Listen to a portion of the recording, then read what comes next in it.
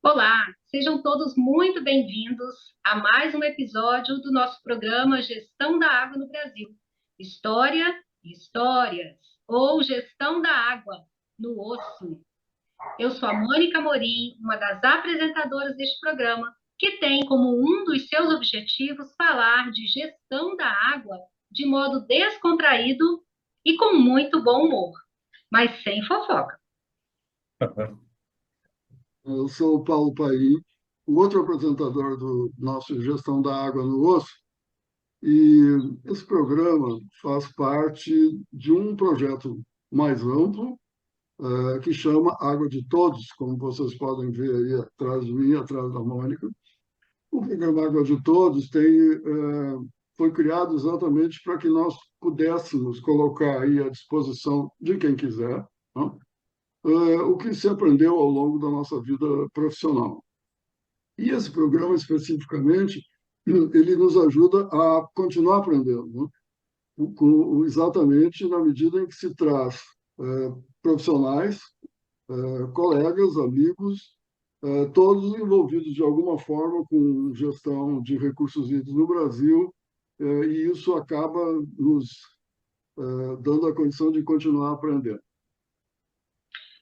Nós temos conversado com muita gente experiente sobre a gestão dos recursos hídricos brasileiros e suas interfaces, ouvindo as histórias e histórias contadas pelos atores que fazem a gestão da água acontecer de fato no Brasil. Nós também falamos sobre conceitos da gestão da água. Por isso, se você é novo por aqui, mas se interessa pelo assunto, continue conosco para aprender muito mais.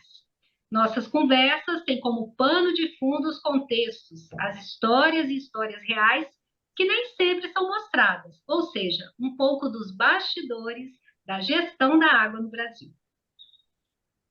No episódio de hoje, nós vamos tratar de um assunto bastante polêmico, digamos assim, dentro, né, dos temas que envolvem a gestão da água no país, gestão costeira. Para conversar conosco, convidamos dois especialistas, o Felipe Bastos e o Gilberto Barroso. Sejam muito bem-vindos, Felipe e Gilberto. Muito obrigado por aceitar o nosso convite. O programa Gestão da Água no Osso quer começar pedindo a vocês que 2 ou 3 minutinhos consigam contar quem é o Felipe Bastos e quem é Gilberto Barroso. Podemos começar contigo, Felipe? Podemos sim. Primeiramente, boa noite para vocês. Eu agradeço muito a oportunidade de poder participar, especialmente a Mônica, que é uma amiga pessoal minha de longa data já. Vou fazer até o coraçãozinho. Então é um prazer enorme assim poder participar desse momento com vocês. Obrigada, Felipe.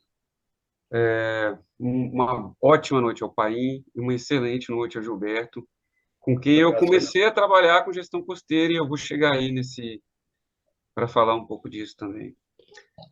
No início da minha carreira, eu comecei a trabalhar com tratamento de efluentes industriais. Eu sou engenheiro ambiental, mestre em engenharia ambiental, e eu comecei a trabalhar com tratamento de efluentes, rodei um pouco esse país aí com esse tema, e no dia 17 de dezembro de 2012, foi o Nossa, primeiro dia, vai citar o dia. porque foi um dia bastante marcante na minha vida, que foi o dia que eu troquei de equipe no Instituto Estadual de Meio Ambiente, que é onde eu trabalho, e passei a trabalhar, deixei de trabalhar em tratamento de efluentes para trabalhar com gestão costeira. Então, foi no dia 17, foi uma segunda-feira de dezembro de 2012, que começou a minha história com gestão costeira, e estou aqui até hoje. Está quase aniversário, né? Exatamente. Parabéns. Conta aí a tua história, rapidamente, por favor. Desculpa, pai. Não, Te agradeci e pedi ao Gilberto que contasse um pouco da história dele. Sim, claro. Bom, minha formação é em ciências biológicas, e depois eu fiz o mestrado em ecologia e recursos naturais, com a área central de limnologia, né? O estudo dos rios, lagos, lagoas, represas e até estuários. E depois fui fazer o doutorado em geografia, né? É uma formação um tanto quanto eclética, né?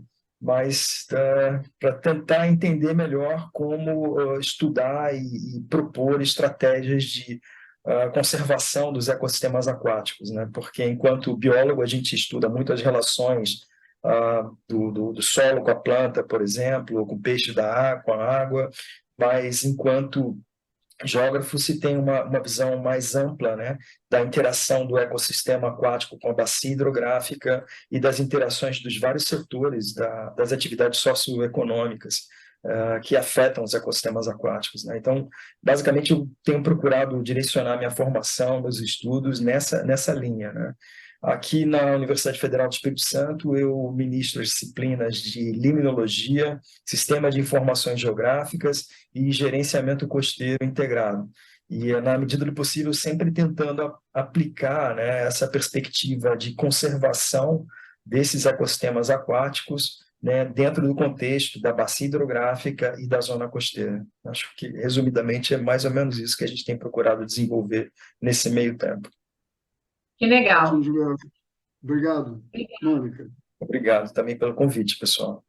Obrigada, imagina. A gente que agradece vocês por terem aceitado.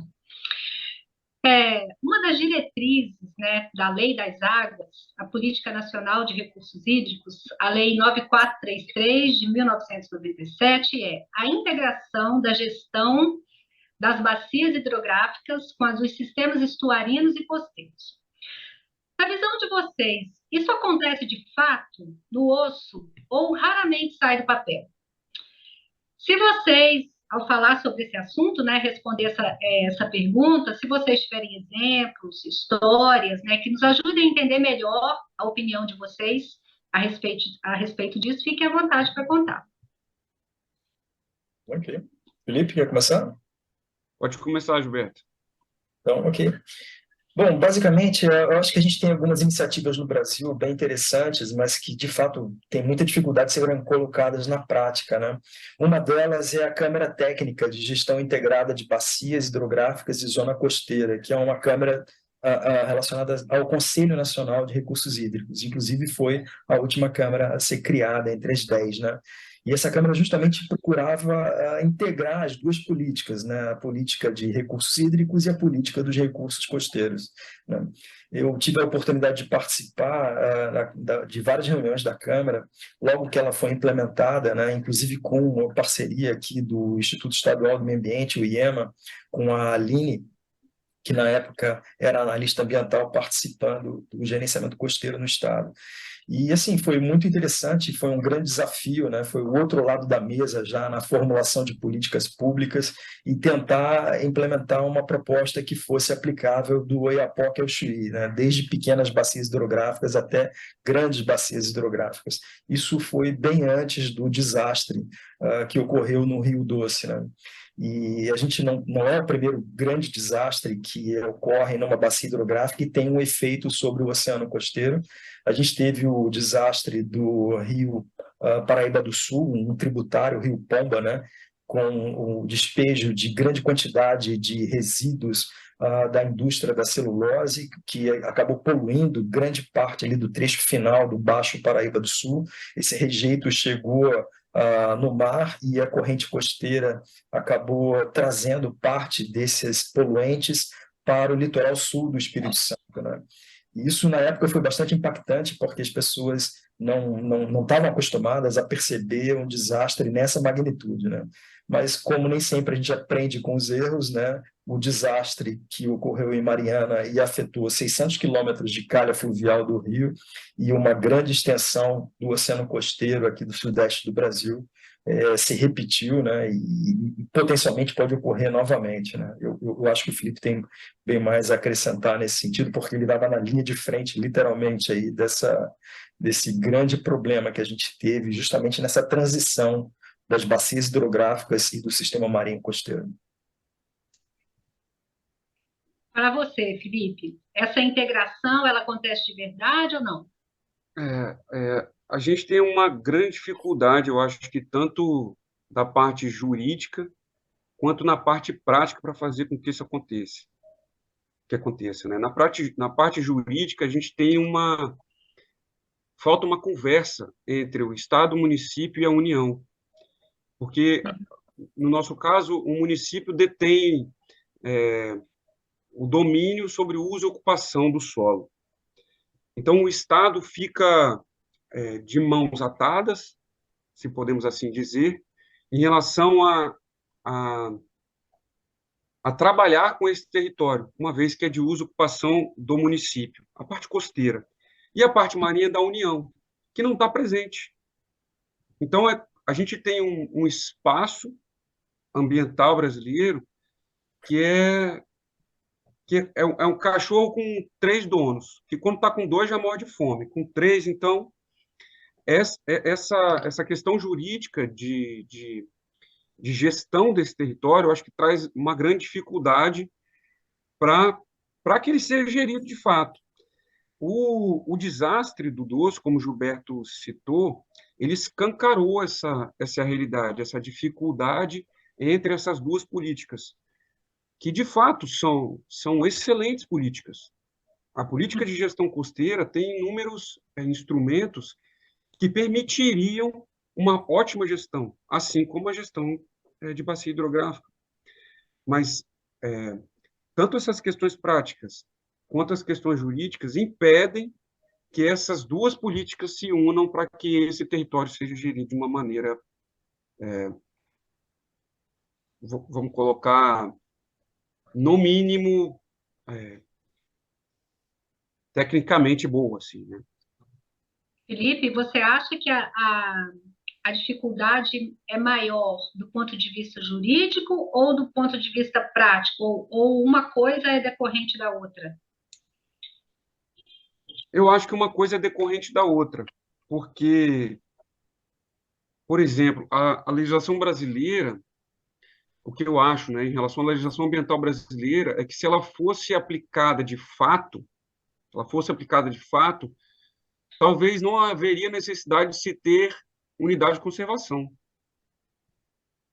Uhum. A legislação ambiental brasileira, assim, para mim, ela beira a perfeição, né, dados seus. Mas ela é muito boa. É uma legislação que beira a perfeição, assim. Então, não haveria necessidade de se ter unidade de conservação. Óbvio, estou exagerando aqui, né? Um pouquinho. Mas um pouquinho só. Caso ela fosse aplicada da maneira com que ela foi construída. Se ela Né? fosse cumprida, né? Se ela fosse cumprida. Então, assim, para que isso acontecesse, eu acho que tanto na parte jurídica nossa, quanto na parte prática, haveria que ter uma revolução, assim. Então, eu acho que depende das duas coisas, realmente. Entendi. Deixa eu entrar no assunto, colaborar um pouquinho, Felipe e Gilberto, contando uma historinha, né? Velhinhos têm historinhas sempre para contar. Alguns anos atrás, alguns não, há um bom par de anos atrás, não sei se vocês e os nossos, quem está nos acompanhando, consegue lembrar do litoral gaúcho, né? É uma faixa extensa, e a parte norte do Rio Grande do Sul é uma grande bacia hidrográfica, que é um colar de lagoas, e todas elas são interligadas e saem no Rio Tramandaí para o mar. O Rio Grande do Sul tem uma tradição grande de trabalhar o enquadramento das águas, né, dos recursos hídricos, enfim, começou há muito tempo atrás, enfim. O esforço que ocorreu num determinado momento no litoral norte era exatamente, né, trabalhar a definição de usos futuros, né, ou enquadramento das águas doces do litoral, junto com o gerenciamento costeiro no Estado. Então, naquela época, a parceria entre o Departamento de Recursos Hídricos e o órgão ambiental, né, a FEPAM, foi muito grande. Infelizmente, eu não tenho mais, até poderia mostrar para vocês os folders que eram feitos na época, que trabalhava a informação exatamente juntando as duas coisas, tanto o gerenciamento costeiro quanto a gestão de recursos hídricos na fase de definição de usos futuros da água. Foi um trabalho muito interessante. Agora, me perguntem se ele continua. Não. Ficou aquele esforço localizado no tempo, e o andamento não ocorreu. Hoje, se vocês perguntarem como é que está aí, eu acho que cada um por si e Deus por todos. Exatamente pelos motivos que vocês dois levantaram.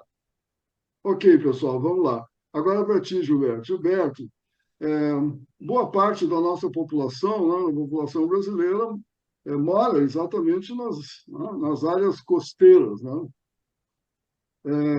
Inclusive, se tu tiveres algum dado sobre isso, dado populacional, etc., a gente vai ficar muito feliz. A pergunta é, na tua opinião, esse fato, né, o fato de ter uma concentração grande populacional, impacta a qualidade ambiental dos ecossistemas costeiros. É possível compatibilizar proteção ambiental com os usos que nós fazemos desses ambientes? Se tu achar que sim, cita aí como é que se pode alcançar essa compatibilização? Aí, assim, não é questão de possibilidade, é de necessidade, né? Não tem jeito, as cidades estão estabelecidas e a gente não vai conseguir remover a população da área ocupada pela parte urbana, por exemplo. Mais de 50% da população brasileira pode estar concentrada na zona costeira, né?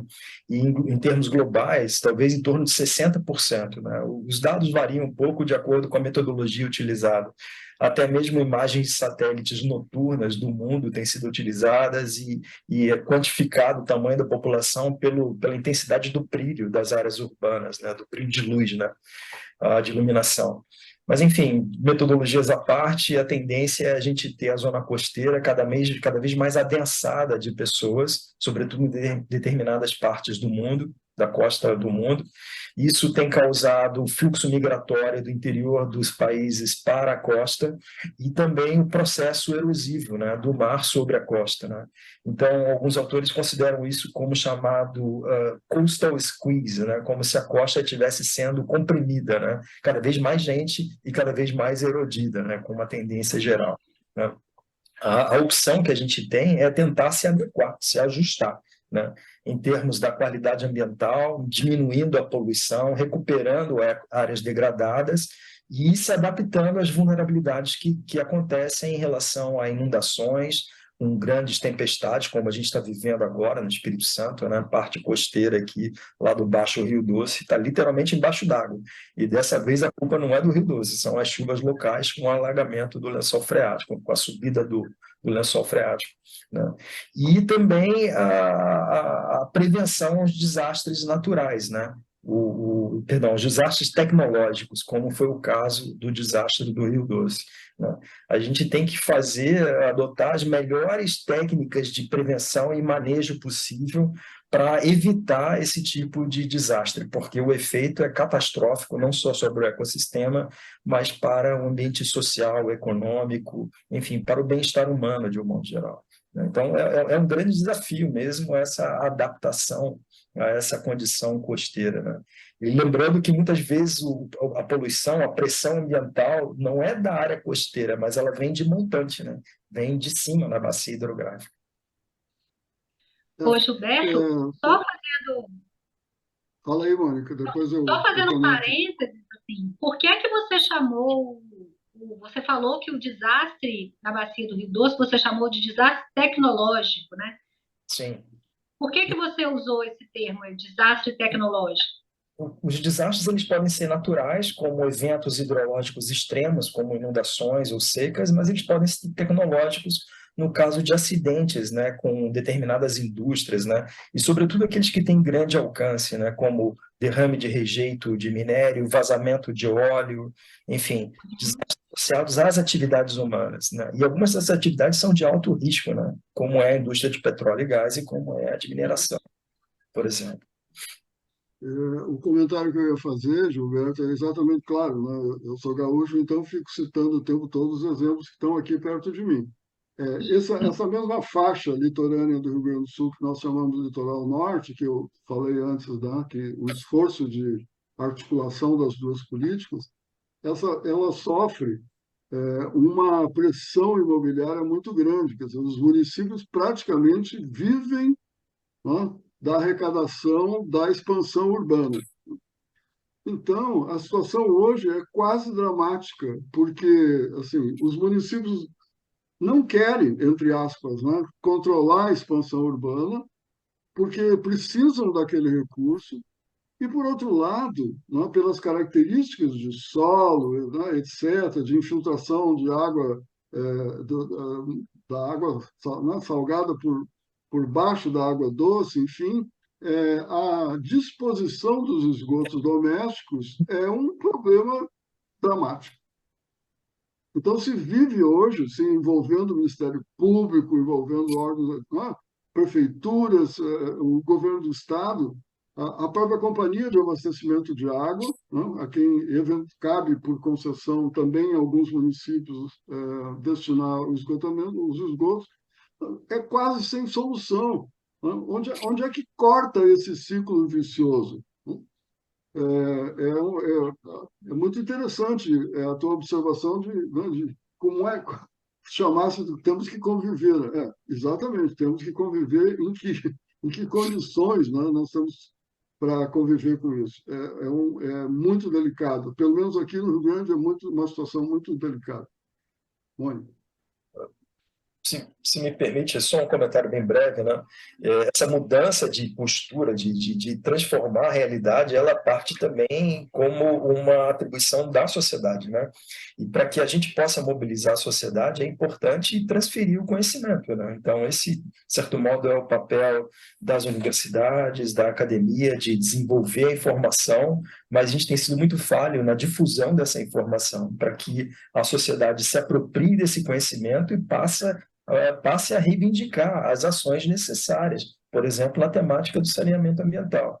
E aí cai no princípio o problema que o Felipe comentou, né, no problema de integração vertical, porque muitas vezes o município não tem os recursos necessários ou a capacidade técnica de formular, executar o projeto de saneamento, então precisa ter uma parceria com o Estado e que precisa ter uma parceria com a federação, sobretudo na transferência de verbas, né? Então essa integração vertical, governo federal, estadual, municipal, para tentar resolver problemas locais na forma de programas, planos e projetos, os projetos bem específicos, bem locais, é essencial, né? Caso contrário, a gente nunca consegue sair do problema que é bem conhecido por todos, né? A falta de saneamento, por exemplo, que é o grande drama aí para quase metade da população brasileira.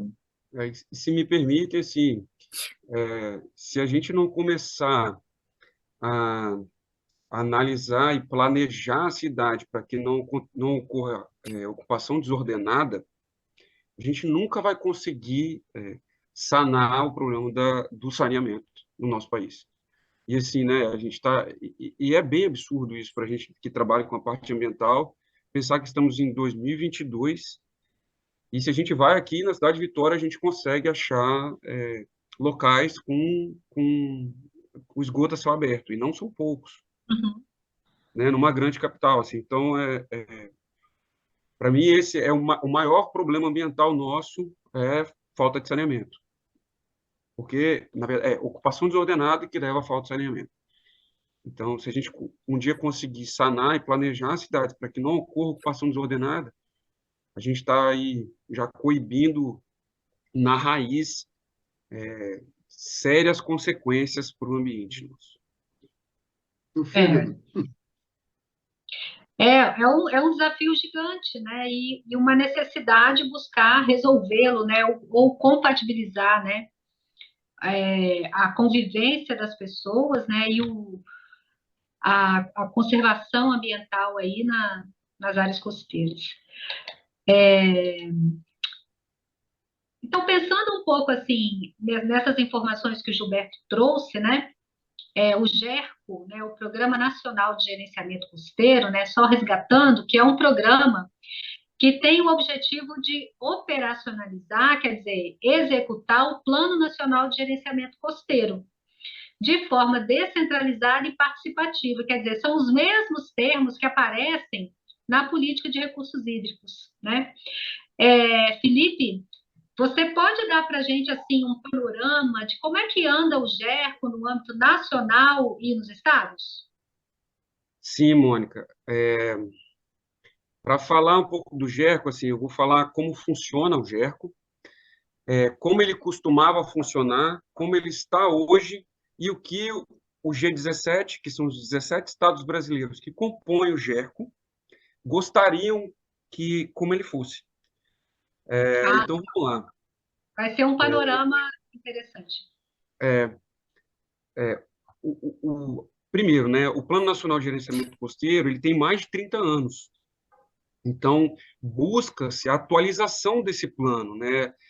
Busca-se entender se os instrumentos constantes nesse plano são ainda hoje instrumentos aplicáveis.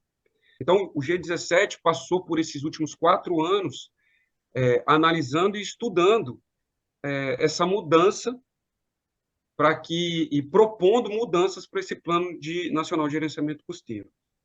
Antigamente, esses 17 estados costeiros, que são tocados por profissionais CPF, vamos dizer assim, que são os mesmos profissionais que iniciaram há 30 anos, são os mesmos profissionais que sentam na mesa para debater o gerenciamento costeiro até hoje nos estados.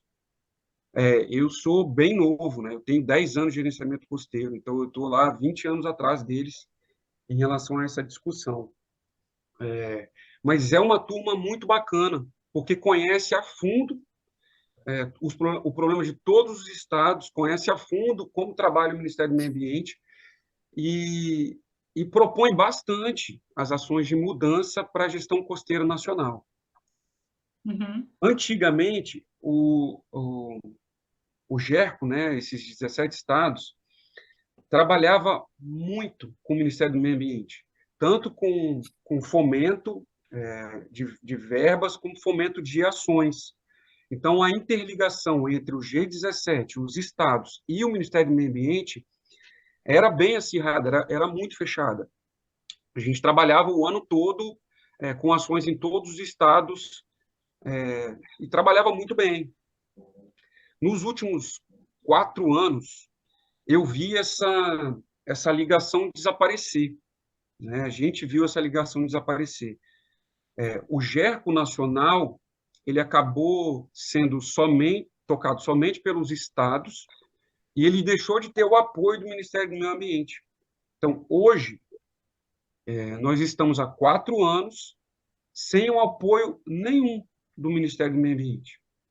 Então, as reuniões, as ações que eu tenho feito no Estado e com os outros estados, elas têm contado, por exemplo, com o Ministério de Segurança Nuclear alemão, que é um caso meu, mas ela não conta com o apoio do Ministério do Meio Ambiente, porque desapareceu nesses últimos 4 anos. Nem participação em reuniões. Então, a gente usou esses 4 anos, como a gente não conseguiria aplicar as políticas e os instrumentos, a gente usou para planejar e discuti-los, para propor as ações para os próximos anos, nos quais a gente vai conseguir trabalhar de uma forma mais efetiva. Então, a ideia foi sentar e discutir enquanto grupo, enquanto G17, com ações com instituições parceiras, por exemplo, a GIZ, que é o Ministério do Meio Ambiente alemão, que já tinha um contrato gigantesco com o Ministério do Meio Ambiente, aqui antes do governo Bolsonaro entrar, e que tem levado como se fosse o Ministério do Meio Ambiente, as ações de cunho ambiental na parte de gestão costeira. E dizer isso não é legal, sabe? Dói dizer isso, porque perder o Ministério do Meio Ambiente na altura que a gente estava, tão organizado, que a quantidade de informações que a gente estava, gerou, eu acho que vai gerar um buraco assim muito grande para que esse buraco seja tapado. O Felipe, Então, mas apesar de, assim, de não ter esse apoio aí no âmbito nacional, mas os estados continuam trabalhando juntos? Eu fiquei com essa dúvida aí na sua fala. os estados continuam trabalhando juntos, porque o grupo é muito forte. E aí, uma das formas... Obrigado, Mônica. Uma das formas dos estados continuarem trabalhando juntos e não desaparecerem junto com o Ministério do Meio Ambiente enquanto instituição informal foi se associar à ABEMA. Então, ABEMA. hoje, a ABEMA... ABEMA é o quê, Felipe? A Associação dos Brasileira dos Municípios. Ah, tá. Legal. Então, dentro da ABEMA, o G17 funciona como uma câmara técnica e passa a sua mensagem para a União. Então, é assim que funciona hoje, né? E vocês têm trabalhado, assim, pelo que você disse, no intuito de fazer avaliações, planejamentos, atualizações disso que está posto, né, no plano nacional. É nesse sentido que o trabalho vem sendo conduzido? Sim. Durante esses últimos 4 anos, os estados têm se ajudado a trabalhar, né? Então, a gente tem contado muito com outro estado para desenvolver uma ação aqui ou acolá.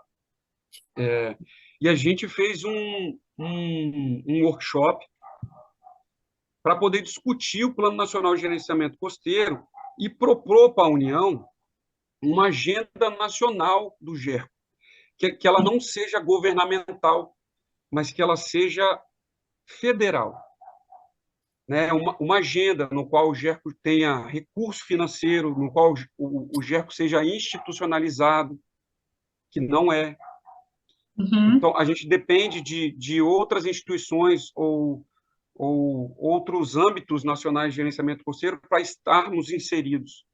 E a gente gostaria de ser uma instituição, né? Gostaríamos que o G17, que os 17 estados tivessem voz ativa no planejamento nacional de gestão costeira. Então, para o futuro, é isso que a gente pensa.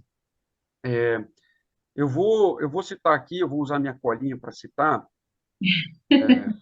as proposições que foram feitas por esse grupo, por esse G17, em relação à melhora, à otimização do Plano Nacional de Gerenciamento Costeiro e das ações em relação ao gerenciamento costeiro nacional. Tá? Nessa parte tem bastante coisa para falar. Então, segura aí. Qualquer coisa a gente interrompe. Não, pode interromper, tá? Pode interromper, porque eu começo a falar de gerenciamento costeiro, aí... uma delas, né, a gente discutiu bastante, então, assim, é fortalecer a implementação do GERCO a partir da sua base territorial. Utilizar essa falha na verticalização que eu tinha mencionado antes, entre o município, o Estado e a União, que a União detém o recurso, o Estado está de mãos atadas porque o município tem o domínio do uso e ocupação do solo, e fortalecer o GERCO para utilizar essas 3 camadas e colocarem as 3 numa horizontalizar essa política. A gente entendeu. Então, e a segunda é retomar o protagonismo do GERCO nacional, que se perdeu nos últimos 4 anos. A gente deixou de ser o protagonista na fase de dizer para o Ministério do Meio Ambiente, dizer para a União, dizer para o município qual que era o melhor caminho, juntamente com as universidades, e se perdeu durante esses últimos 4 anos e se calou. Ficou dentro das nossas conchas, trabalhando, planejando, não parados, mas planejando para um futuro. né? Então, a gente quer voltar com esse protagonismo e levar o GERCO Nacional, levar recursos para os municípios, do jeito que a gente já fazia antes. Uhum. Repensar o desenvolvimento da zona costeira marinha, através do Plano Nacional de Gerenciamento Costeiro, da política de bacia hidrográfica, do planejamento espacial marinho, que é o que a gente precisa desenvolver, com base ambiental e científica. E depois eu vou dizer, porque o planejamento espacial marinho está sendo desenvolvido pelo país, mas está sendo conduzido pela Marinha do Brasil, e começou aí no Rio Grande do Sul. Então, a gente precisa se atualizar em relação a essa discussão, se inteirar dessa discussão e participar dessa discussão enquanto sociedade, para que ela não seja conduzida única e exclusivamente por uma instituição militar, né? Podemos assim dizer. Consolidar a conservação do ecossistema marinho costeiro, e aí a gente precisa do Ministério do Meio Ambiente para isso, estabelecendo uma rede nacional de unidade de conservação, ampliando o espectro de instrumentos de gestão costeira, estabelecendo parcerias empresariais, institucionais, tanto com a academia, e estimular a educação para a consciência costeira e marinha, para sensibilizar a sociedade e trazer a sociedade para essa discussão. E é isso, assim, durante esses 4 anos a gente buscou discutir muito para aplicar a Política Nacional de Gerenciamento Costeiro de uma maneira mais efetiva.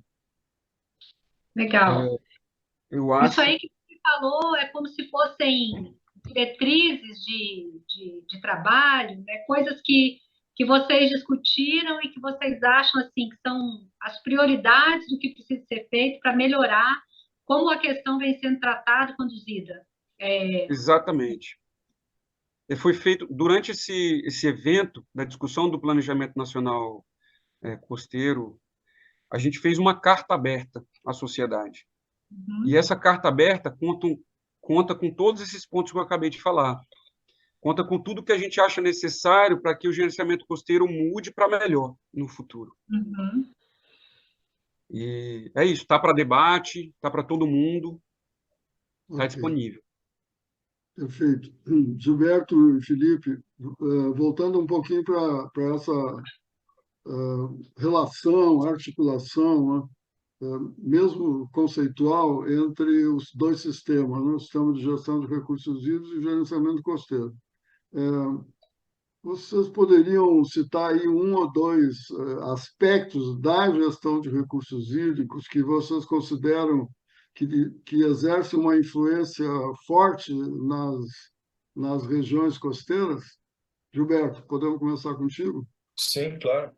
Bom, primeiro, na perspectiva da bacia hidrográfica, a questão da fragmentação e regulação fluvial, né? A fragmentação por barragens, retendo o fluxo de água, sedimentos, nutrientes, e a regulação pela operação das barragens, né? O que vai regular o fluxo de água para a zona costeira, né? Isso vem desde a Segunda Guerra Mundial, né, quando uma grande maioria das pessoas pensou que a vazão dos rios para o oceano costeiro fosse um desperdício e que essa água precisava ser represada, contida, aproveitada de algum modo. E não se tendo a real noção da importância desse fluxo de água para o sistema estuarino, por exemplo, né? A gente tem exemplos em vários lugares do mundo, inclusive no Brasil, né, no Mediterrâneo, na foz do rio Nilo, depois do represamento do Nilo pela represa de Aswan, a produtividade pesqueira na região do Mediterrâneo despencou, porque menos nutrientes foi aportado àquela região, houve um processo mais intenso de subsidência, né, de rebaixamento do delta do Nilo.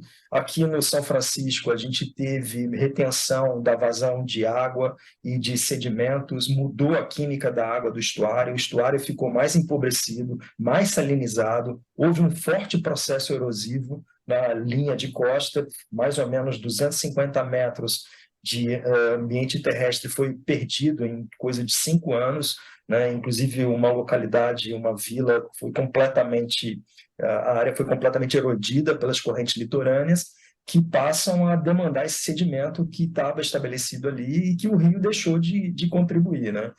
E até problemas mais prosaicos, né? Como, por exemplo, menos vazão de água doce para a costa, você tem a intrusão da cunha salina. E aí a população começa a usar uma água mais salubre, né? E essa água é utilizada para tomar banho, para cozinhar, eventualmente até para beber. Quando a gente sente a salinidade, a gente recusa aquela água, mas eventualmente ela continua sendo utilizada para cozinhar, né? Isso tem causado surtos de pressão arterial na população durante esses períodos de grande seca, como aconteceu aqui em São Mateus, no norte do Espírito Santo, como aconteceu com chuveiros queimando lá em Itajaí, Santa Catarina, durante o período de seca. É um fenômeno global, né? E os rios Uhum. perdendo a competência de ter um fluxo mais regular de água, né? Isso é em escala planetária, praticamente, né? Então, eu destacaria basicamente esse problema, né, do aporte de quantidade e da qualidade da água dos rios para o sistema costeiro marinho e, sobretudo, para o estuário. E grande parte dessa qualidade vem sendo mudada pelo acréscimo de nutrientes, como nitrogênio, fósforo, a redução do transporte de silicato, que é importante para determinadas microalgas marinhas, né? E até de contaminantes, como metais pesados, por exemplo. Então, assim, é um problema bastante complexo e que não consegue ser resolvido sem uma abordagem mais integrada, né?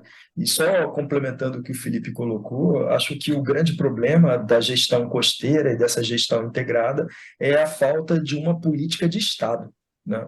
E gerenciamento costeiro não pode ser como um tobogã em altos e baixos, ele tem que ser uma política constante e voltada para a integração. Passa governo, entra governo e a política de Estado ela é estabelecida, as pessoas sabem o que tem que ser feito, os planos estão definidos, obviamente precisam ser revisados, mas o caminho é esse, não tem como fugir disso.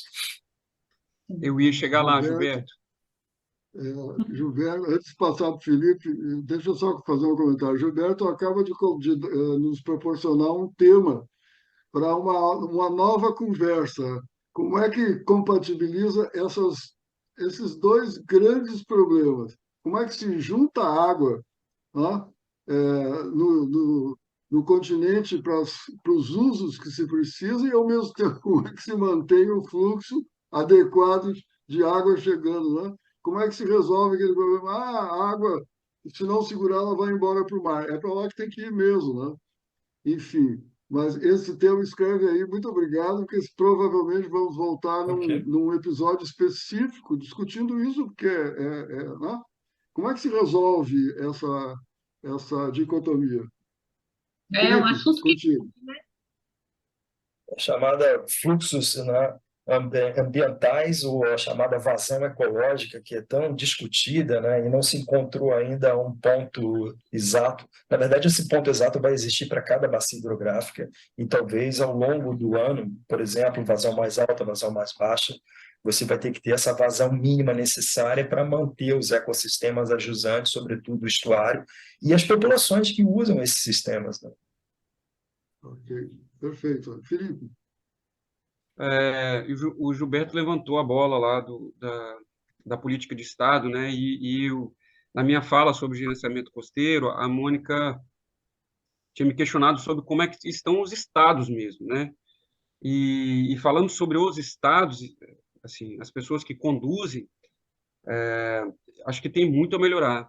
São poucos os estados brasileiros hoje que possuem uma equipe que trabalha com gerenciamento costeiro. A maioria dos estados contam com um servidor. Ou, às vezes, quem toca é o secretário, que não tem equipe, o secretário de Meio Ambiente. No Rio Grande do Sul, por exemplo, com a costa do tamanho que vocês têm, com a praia do tamanho que vocês têm um servidor para tocar a gestão costeira. Então, assim, como se fazer gestão de uma área do tamanho do Rio Grande do Sul ou do Espírito Santo, que tem 411 quilômetros de costa, com um servidor, que é o meu caso, que não tem, no qual a coordenação que tomava conta, que cuidava, que trabalhava com gestão de costeira foi extinta pela atual gestão, por meio de decreto. Então, assim, não é importante a política de gestão costeira estadual, onde residem 50% da população, como disse o Gilberto. Onde a gente quer chegar, sabe, com isso? Então, Uhum. esse tipo de questionamento, a gente tem que começar a a fazer e difundir essas ideias para a sociedade para que passem a cobrar, porque trabalhar sozinho tem sido muito difícil, e não é uma realidade só do Espírito Santo, é uma realidade do país, né? E eu imagino que não seja só na gestão costeira, que seja em vários âmbitos ambientais, saúde, que seja, mas na gestão costeira está desse jeito, assim. Mais uma vez, eu sou equipe, e tenho sido durante já há bastante tempo. Voltando lá para a pergunta que fez o Paim, em relação os dois pontos da bacia, eu tenho dois a levantar. Um, a falta de saneamento básico. Eu acho que resolvendo isso, a gente resolve grande coisa, grande parte dos nossos problemas. E o outro é uma bandeira que eu levanto desde quando me formei e que eu nunca vi uma discussão. Há muito tempo, então, né? Tem bastante tempo. Século passado. Eu nunca vi uma discussão assim bem formada e levada assim, que é a lei de solos. Nós não temos uma lei de solos no Brasil. E isso tem impacto tão grande, tanto na bacia hidrográfica, tanto na costa, que se a gente não tem uma lei de solos bem definida, uma lei de solos aplicada, como tem em inúmeros países. Sabe, a gente tem lei para tudo. E eu não entendo hoje, assim, na altura, porque a gente nem começou a debater uma lei de solo. Se a gente faz um corte na estrada, fica aquele corte lá aparente, sabe? Assim, então a gente tem propriedades, latifúndios gigantescos no país, sabe? Que contribui com uma carga de silicatos, como diz Gilberto, gigantescos, que acabam assoreando o rio perde a capacidade de transportar esse sedimento, o sedimento não vira praia. Então, você está vendo como as coisas vão, né? Elas estão completamente conectadas. Uhum. E aqui na praia, a 600 quilômetros de distância lá da barragem de Mariana, a gente consegue sofrer um impacto gigantesco disso, né? Então, assim, uma lei de solos, eu acho, aplicada, bem feita, direcionada, eu acho, juntamente com saneamento, eu acho que iria resolver muito, muito, muito, muito dos nossos problemas ambientais. Não é à toa que o Brasil é um dos campeões mundiais de erosão de solo, de perda de solo, né? Exatamente. Capital natural é importante. Mônica, mais um programa, assim, já tem dois filhotes. Né?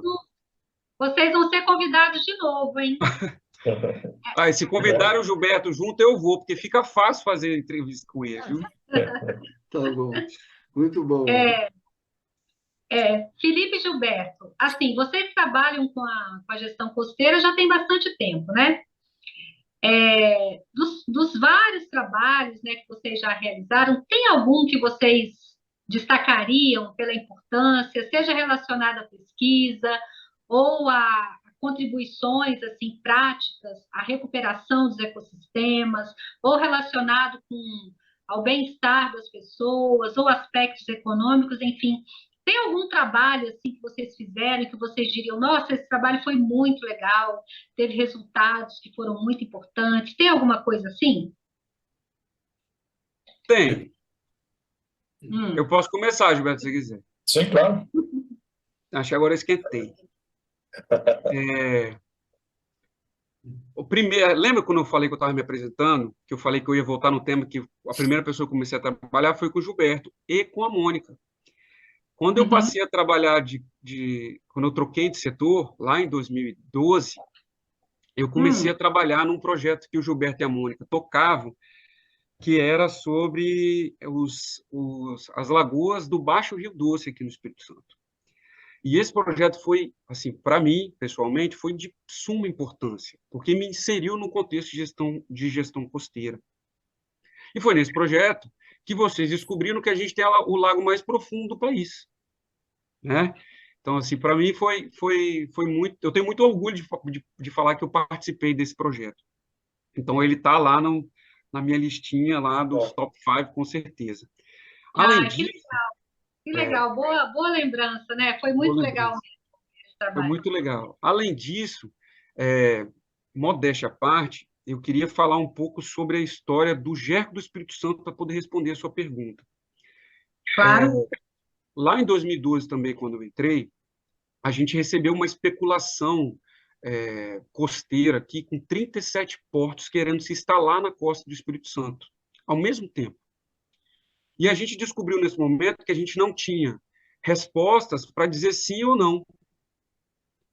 Então, nesse momento, a equipe se organizou para conseguir fundos para pesquisa, para levantar a pesquisa da Costa do Espírito Santo. Então, a gente conseguiu, na época, 2.700.000 para fazer pesquisas na parte biológica, levantar dados de recurso pesqueiro, de macrofauna, de contaminação, da parte costeira, e o outro recurso, via Banco Mundial, para fazer toda a parte física da Costa do Espírito Santo.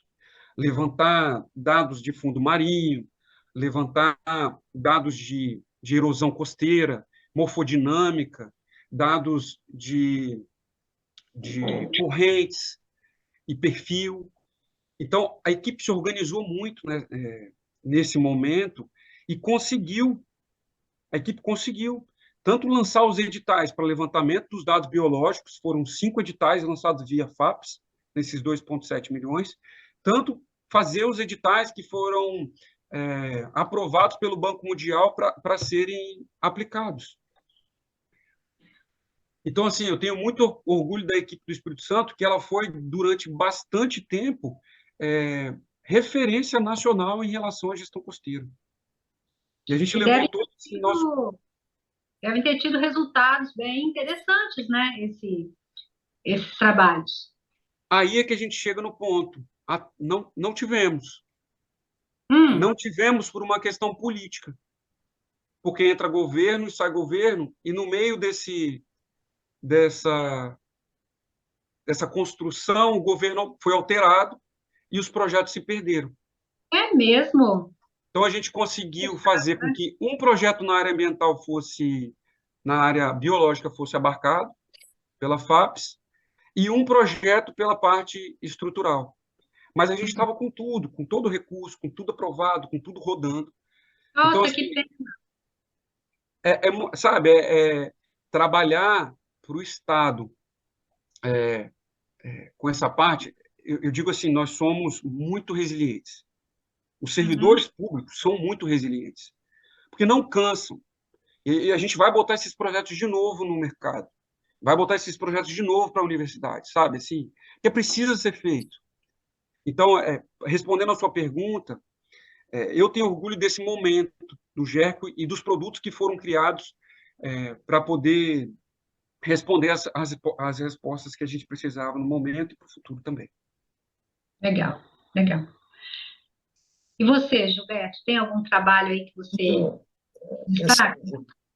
Vai me remontar também ao Baixo Rio Doce, né, os lagos da região, né, a conectividade do rio com o estuário, o sistema marinho adjacente. Atualmente, a gente está calculando os fluxos de transporte de materiais como nitrogênio, fósforo, sedimento, metais, ferro, alumínio, cádmio, zinco, etc. e tal, né? E os valores são bastante impressionantes, né? O Rio Doce, de fato, é um rio muito importante de transferência de materiais para a costa brasileira, né? Obviamente, tirando o Amazonas, o São Francisco, mas o Doce tem a sua importância, né? Também tem o caso dos lagos lá da região, né? E a ideia com esse desenvolvimento todo de informações é mudar a visão de que a água nos lagos vai continuar sempre ali, né? E que esses lagos, que são muitos, né? São quase 100 lagos de diferentes tamanhos, uma área total alagada de cerca de 170 quilômetros quadrados, né? É lógico que é muito pequeno ainda comparado ao estado do Rio Grande do Sul, onde tem grandes lagos, sistemas lacustres no Brasil, costeiros, né? Mas, na medida do possível, que essas informações auxiliem a efetiva gestão desses ecossistemas lacustres no plano de gestão da bacia hidrográfica e que esses lagos não sejam apenas alguns elementos na paisagem, enfim, e que a água dos lagos seja, de fato, considerada como recurso hídrico, que se tenha outorga de uso da água dos lagos e assim por diante, né? Complementarmente a isso, na parte costeira, eu destacaria dois projetos. Um foi o Zoneamento Ecológico Econômico Costeiro do Espírito Santo, né, que teve parceria com a Universidade Federal de Lavras, o Instituto Nacional de Pesquisas Espaciais. Houve todo um mapeamento do sistema costeiro, o mais litorâneo, né, na interface mais exata entre o continente e o oceano, e isso gerou uma base de dados bem interessante em 3 escalas cartográficas distintas. No caso de vazamento de óleo, quais seriam os sistemas mais afetados, né? Complementarmente também, a gente participou, inclusive o Felipe estava presente, né, no projeto, o seminário Terra-Mar, né, que foi realizado também lá no Baixo Rio Doce, e aquela região ali do chamado Vale do Suruaca, né, seria o grande Pantanal do sudeste do Brasil, e que foi intensivamente drenada no final dos anos 60, início dos anos 70, gerando uma série de problemas ambientais, né. Acho que o grande desafio hoje é como propor uma estratégia de restauração, de recuperação desse sistema socioambiental tão importante, dessa planície, extensa planície costeira na região do Baixo Rio Doce, né? O nosso Everglades aqui da região sudeste, né? E que possa funcionar como exemplo para outras regiões costeiras do Brasil também, né? De como poder intervir, gerenciar esse território com múltiplos usos e com importância extraordinária para as populações que vivem ali. Ok. Gilberto e Felipe, vamos lá para fora.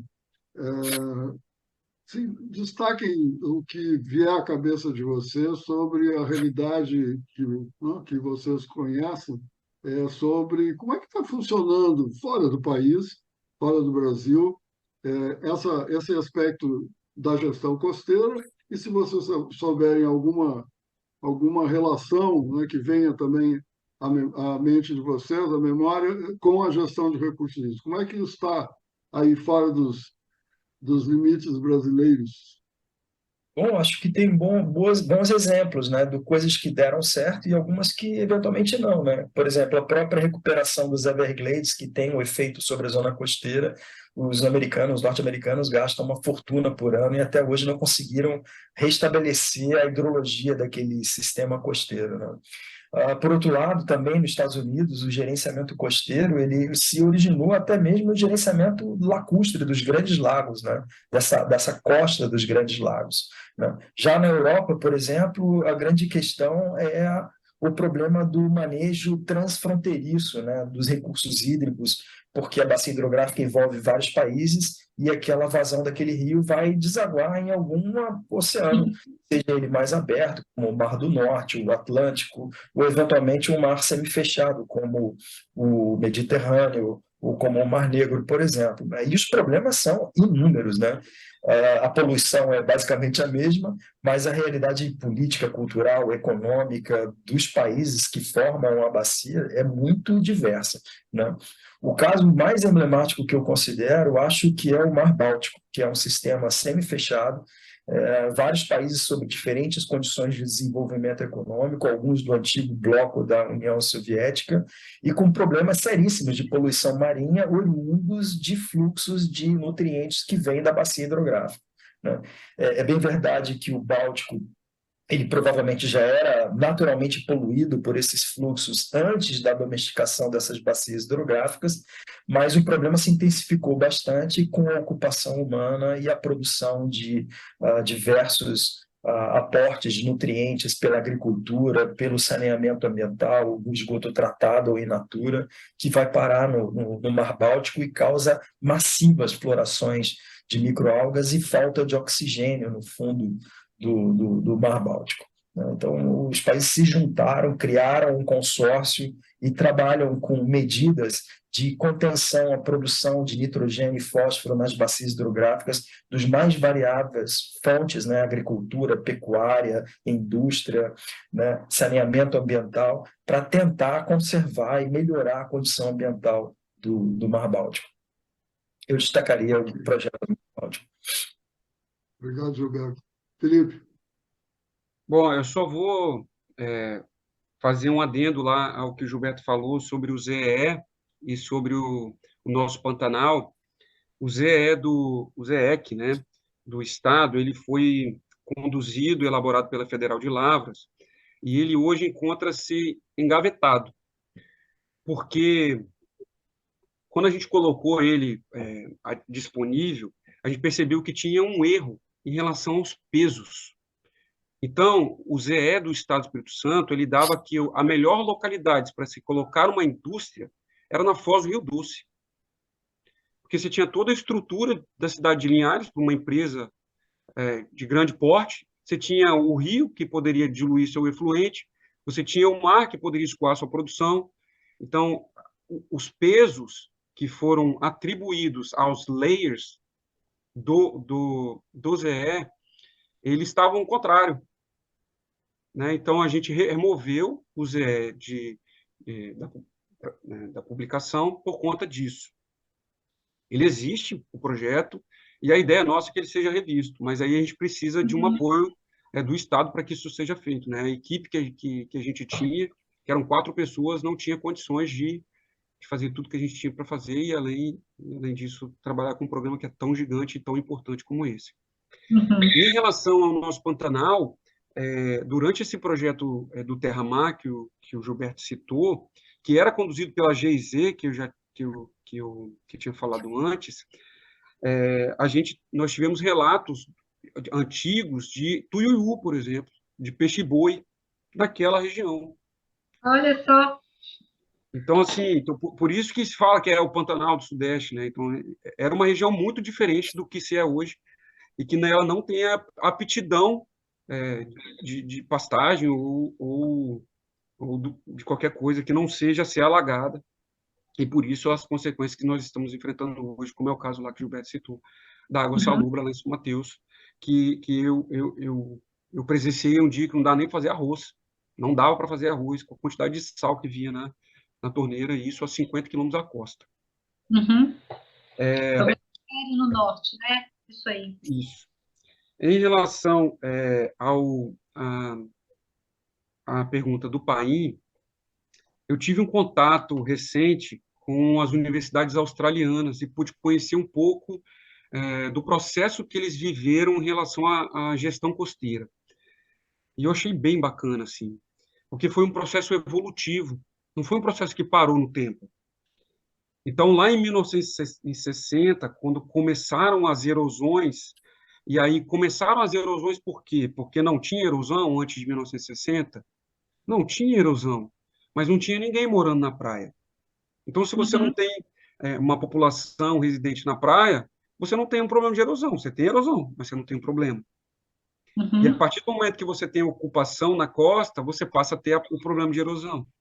Né? Além de outros problemas, né? Além de outros problemas. Então, lá em 1960, quando eles começaram a ter problemas com erosão e com a ocupação, eles jogavam carros. Então, eles foram em todos os ferros velhos e jogaram os carros de todo o país nas praias. Pum. E aí eles viram, obviamente, que isso não deu certo. Depois disso, eles começaram a evoluir. Envolveram as universidades e, na década de 70, eles começaram a fazer diques, e aí eles começaram a lançar pedras na praia, que é o que a gente faz aqui hoje, na década de 70. E aí eles faziam enroncamentos, lançavam pedras, fechavam a praia. Aí eles viram que isso não estava dando certo. Você continha erosão, mas você perdia a praia. E aí, na década de 80, eles começaram com um planejamento de engordamento de praia. Eles começaram a engordar as praias, utilizando bancadas próximas, né? E às vezes nem sempre ela mesma granumetria da praia, você acaba perdendo aquilo. E aí eles começaram a ver que quem estava alimentando a praia eram os rios, e aí começaram todo um planejamento lá com bacia hidrográfica, de lei de solos, de reflorestamento, de revitalização dos rios, de sensibilização da população. E aí, em 90, as universidades começaram a trabalhar juntamente com a sociedade de forma participativa para prever, antes de uma tempestade, quanto de areia aquela praia iria perder. E fazer engordamento de praia de forma automática daquela praia. através de dutos. Então, hoje é o que se tem.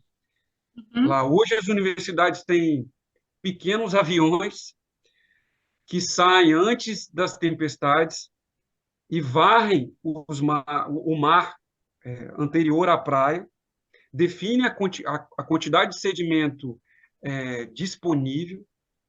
Depois da tempestade, eles fazem esse mesmo trabalho e a praia ela é recomposta automaticamente por um sistema de dutos. Então, é quando precisa. Então, é assim que se funciona lá hoje. E tudo isso com participação da sociedade.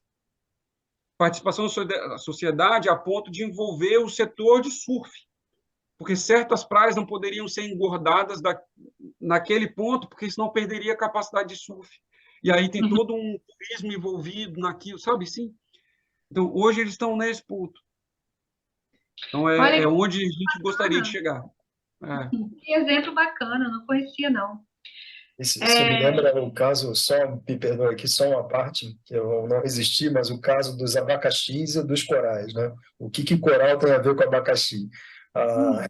Fazendo uma viagem para a costa nordeste da Austrália, o pessoal percebeu que as bacias hidrográficas da região, onde tem muita agricultura e, sobretudo, de produção de abacaxi, havia um processo erosivo muito grande. E isso aumentava a turbidez da água costeira sobre as bancadas de recife de coral. E isso estava causando um recobrimento dos recifes por macroalgas marinhas, né? O recife estava sendo sufocado, né? Então, eles começaram justamente a trabalhar nessa questão do uso da terra, usando melhores práticas de cultivo para diminuir a perda de solo e diminuir a turbidez da água costeira. A gente não precisa nem ir muito longe, né? Aqui no sul da Bahia, a bacia hidrográfica do Mucuri, por exemplo, sobretudo do Caravelas, são grandes produtoras de sedimento, e essa pluma de sedimento avançando ali para a região do parceiro de coral de Abrodas. Então, é sério, só que alguns países resolvem trabalhar na coisa e adotar a política pública. E o caminho é esse, não pode ser muito diferente para o Brasil. Sim. Pessoal, nós já estamos chegando ao final do nosso episódio. Eu quero aproveitar para agradecer vocês dois por terem compartilhado aí tantas experiências, tantas histórias, trazido aí o conhecimento, a opinião, a experiência de vocês aqui para o nosso Gestão da Água no Osso. Agora, nesses minutinhos finais, a gente sempre deixa assim um tempinho onde o tema é livre, né, por conta de vocês. Então, encerrando já, né, as falas de vocês, eu vou pedir que vocês fiquem à vontade, né, para falar algo que vocês considerem importante, né, sobre a gestão costeira, a integração com a gestão de recursos hídricos e que não tenha sido comentado ainda, tá? Pode ser uma história, um fato, pode até ser uma fofocazinha, né, inocente, né, alguma coisa de bastidor, uma ideia nova, né, coisas que vocês têm vontade de fazer, né? Então, rapidinho, como é que vocês gostariam aí de encerrar esse bate-papo? Fique à vontade, Felipe. Obrigado, Gilberto. Eu assim, como eu falei, né, a gente, nós servidores, nós somos bastante resilientes, eu acredito. E eu acredito nesse processo evolutivo, eu acredito que ele ainda vai ocorrer um dia, e é isso que a gente busca, né? Então, a gente trabalha para que a nossa história, mesmo estando lá 50 anos atrás, lá em 1970, quando a Austrália ainda jogava pedra, que é o que a gente está fazendo hoje ainda em muitos lugares, inclusive aqui, eu acredito que a gente ainda vai construir um processo evolutivo. É difícil? É muito difícil. A gente não tem opção. É isso que Então, assim, do meu ponto de vista, eu assim, penso que a universidade, onde eu trabalho, né, a gente tem um desafio muito grande de transferir o conhecimento, né? Se gera bastante dados são analisados, viram informações. Se essas informações não circularem para a sociedade e se a sociedade não se apoderar dessa informação, isso não vira conhecimento. E esse conhecimento efetivamente consolidado vira cultura. E a cultura é que é capaz de transformar as realidades, né? Então, uma cultura costeira, uma cultura de recursos hídricos bem estabelecida, ela gera governança, né? E a governança, ela justamente pode mudar a realidade política, social, econômica, ambiental de um município, de um estado ou de um país, né?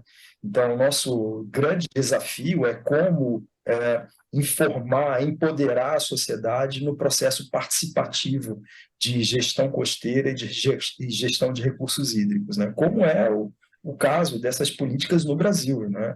Participativa, descentralizada. A gente precisa profissionalizar o setor público, né, nas secretarias municipais, como o Felipe relatou, né, e ter o pessoal qualificado, dedicado a trabalhar com isso. A condição melhorou bastante, né? A massa crítica que se tem hoje no Brasil, com formação de profissionais de várias áreas, não só das áreas biofísicas, mas sociais, econômicas, enfim, é muito grande, né? Você tem um pessoal muito bem qualificado no Brasil. Falta esse pessoal ter espaço para atuar no poder público, na iniciativa privada, nas parcerias a serem estabelecidas, para que a gente vise uma melhor qualidade de vida para as pessoas. E essa qualidade de vida, ela não pode ser independente da qualidade ambiental. Portanto, uma palavra como conservação, Felipe, nunca deveria ser proibida, pelo contrário, ela deveria ser a primeira a ser falada. Conservação da água, conservação dos ecossistemas, conservação da biodiversidade e bem-estar humano. Não tem como fugir disso. Acho que é isso, pessoal. Gilberto. Obrigado, Gilberto. Obrigado, Felipe, mais uma vez. Chegamos ao final do nosso episódio. Agradecemos também o apoio que o professor Valmir Júnior tem nos dado. Este é o programa Gestão da Água no Osso. Por favor, assistam, critiquem, concordem, discordem, divulguem. Até breve. Obrigada, pessoal, e até o nosso próximo episódio. Obrigado, gente. Muito Obrigado, obrigado. gente. Um grande abraço a todos. Tchau, tchau. Um abraço.